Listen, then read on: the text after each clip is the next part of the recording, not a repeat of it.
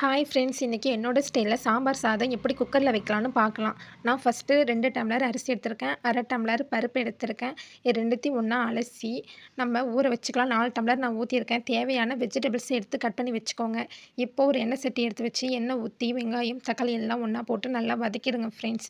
நல்லா வதக்கினதுக்கப்புறம் கட் பண்ணி வச்சிருந்த வெஜிடபிள்ஸ் எல்லாத்தையும் ஒன்றா போட்டு ஆட் பண்ணி நல்லா வதக்கிடுங்க.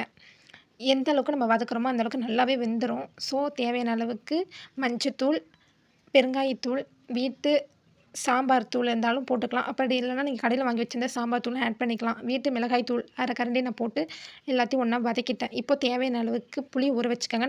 நான் எலுமிச்சம்பழம் சைஸ் அளவுக்கு எடுத்திருக்கேன். இப்போது நம்ம வதக்கி வச்சிருந்தது எல்லாத்தையுமே குக்கரில் போட்டு நல்லா கலந்து விட்டுடுங்க ஃப்ரெண்ட்ஸ். கலந்து விட்டதுக்கப்புறம் இந்த டயத்தில் தேவையான அளவுக்கு உப்பு ஆட் பண்ணிக்கலாம். உப்பு ஆட் பண்ணதுக்கப்புறம் கொதிக்கிற டயத்தில் தான் நம்ம புளியை கரைச்சி ஊற்றணும்.